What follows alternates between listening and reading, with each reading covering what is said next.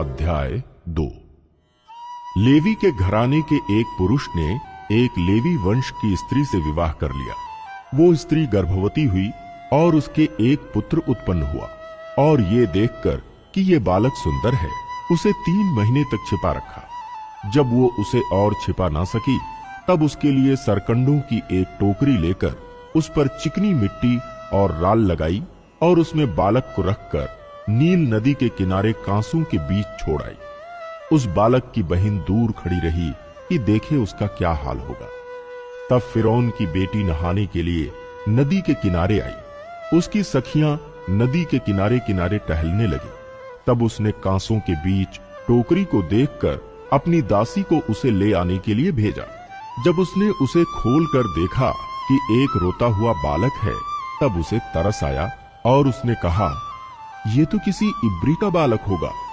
तब बालक की बहन ने फिरौन की बेटी से कहा, क्या मैं जाकर इब्री स्त्रियों में से किसी धाई को तेरे पास बुला ले आऊं, जो तेरे लिए बालक को दूध पिलाया करे? फिरौन की बेटी ने कहा, जा। तब लड़की जाकर बालक की माता को बुला ले आई। फिरौन की बेटी ने उससे कहा, तू इस बालक को ले जाकर मेरे लिए दूध पिलाया कर, और मैं तुझे मजदूरी दूंगी। तब वो स्त्री बालक को ले जाकर दूध पिलाने लगी। जब बालक कुछ बड़ा हुआ, तब वो उसे फिरौन की बेटी के पास ले गई, और वो उसका बेटा ठहरा। और उसने ये कहकर उसका नाम मूसा रखा, मैंने इसको जल से निकाला था। ऐसा हुआ कि जब मूसा जवान हुआ और बाहर अपने भाई बंधुओं के पास जाकर उनके दुखों पर दृष्टि करने लगा, तब उसने देखा कि एक मिस्री जन उसके एक इब्री भाई को मार रहा है। उसने इधर उधर देखा कि कोई नहीं है, तो उस मिस्री को मार डाला और बालू में छिपा दिया। फिर दूसरे दिन बाहर जाकर उसने देखा कि 2 इब्री पुरुष आपस में मारपीट कर रहे हैं। उसने अपराधी से कहा, तू अपने भाई को क्यों मारता है? उसने कहा, किसने तुझे हम लोगों पर हाकिम और न्यायी ठहराया?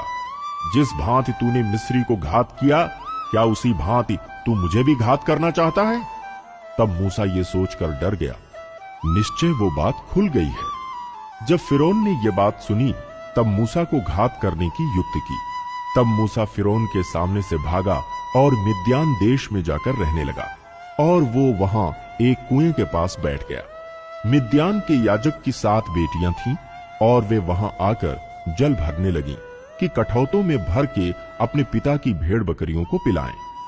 तब चरवाहे आकर उनको हटाने लगे। इस पर मूसा ने खड़े होकर उनकी सहायता की और भेड़ बकरियों को पानी पिलाया। जब वे अपने पिता रूएल के पास लौटी, तब उसने उनसे पूछा, क्या कारण है कि आज तुम इतनी जल्दी लौट आई हो?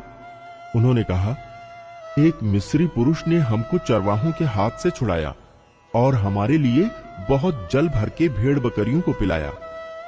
तब उसने अपनी बेटियों से कहा, वो पुरुष कहां है? तुम उसको क्यों छोड़ आई हो? उसको बुला ले आओ कि वो भोजन करे। और मूसा उस पुरुष के साथ रहने को तैयार हुआ। उसने उससे अपनी बेटी सिप्पोरा का विवाह कर दिया। उसके एक पुत्र उत्पन्न हुआ। तब मूसा ने ये कहकर, मैं अन्य देश में परदेशी हूं, उसका नाम गेरशोम रखा। बहुत दिनों के बीतने पर मिस्र का राजा मर गया। इस्राएली कठिन सेवा के कारण लंबी लंबी सांस लेकर आहें भरने लगे और पुकार उठे, और उनकी दुहाई जो कठिन सेवा के कारण हुई, वो परमेश्वर तक पहुंची। परमेश्वर ने उनका कराहना सुनकर अपनी वाचा को, जो उसने अब्राहम, इसहाक और याकूब के साथ बांधी थी, स्मरण किया, और परमेश्वर ने इस्राएलियों पर दृष्टि करके उन पर चित्त लगाया।